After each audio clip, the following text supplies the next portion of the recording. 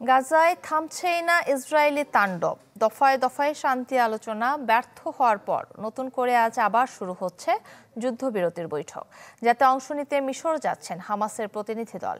এদিকে গাজায় যুদ্ধ বন্ধের দাবিতে যুক্তরাষ্ট্রের বিশ্ববিদ্যালয়গুলোতে অব্যাহত রয়েছে বিক্ষোভ। এ পর্যন্ত আটক করা হয়েছে 9 শতাধিক শিক্ষার্থীকে। ওয়ালটন ফ্রিজ কিনে অনেকের মতো আপনিও হয়ে যেতে পারেন মিলেনিয়াল। সেরা পণ্যের সেরা অফার। অবরুদ্ধ গাজা উপত্যকায় প্রায় 7 মাস ধরে চলছে ইসরায়েলি আগ্রাসন। উত্তর, মধ্য ও দক্ষিণাঞ্চলে দিন রাত চলছে বোমা ও স্থল হামলা। নতুন করে এখন রাফা শহর গুড়িয়ে দেওয়ার পরিকল্পনা বাস্তবায়নের অপেক্ষায় জায়নবাদী সেনারা। এমন পরিস্থিতিতে স্থগিত হয়ে যাওয়া যুদ্ধবিরতি প্রক্রিয়া নতুন করে শুরু করেছে মিশর, যাতে ইসরায়েলের দেয়া প্রস্তাব পর্যালোচনা করে দেখার কথা জানিয়েছে ফিলিস্তিনের স্বাধীনতাকামী সংগঠন হামাস।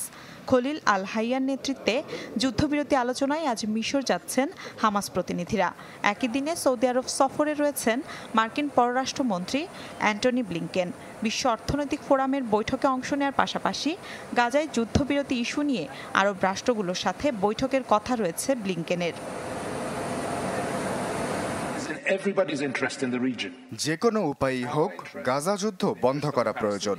অঞ্চলটিতে যুদ্ধাবস্থা প্রতিটি দেশের জন্যই ঝুঁকিপূর্ণ।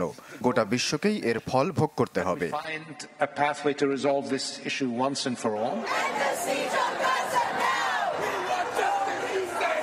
এদিকে গ্রেপ্তার সহ নানা কঠোর পদক্ষেপ সত্ত্বেও যুক্তরাষ্ট্রের বিশ্ববিদ্যালয়গুলোতে থামানো যাচ্ছে না ইসরায়েল বিরোধী বিক্ষোভ।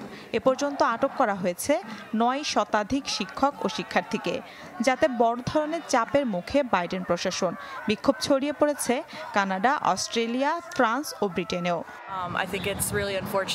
শিক্ষার্থীদের আন্দোলনের অধিকারকে জোর করে থামিয়ে দেওয়ার চেষ্টা করা হচ্ছে, যেটা অন্যায়।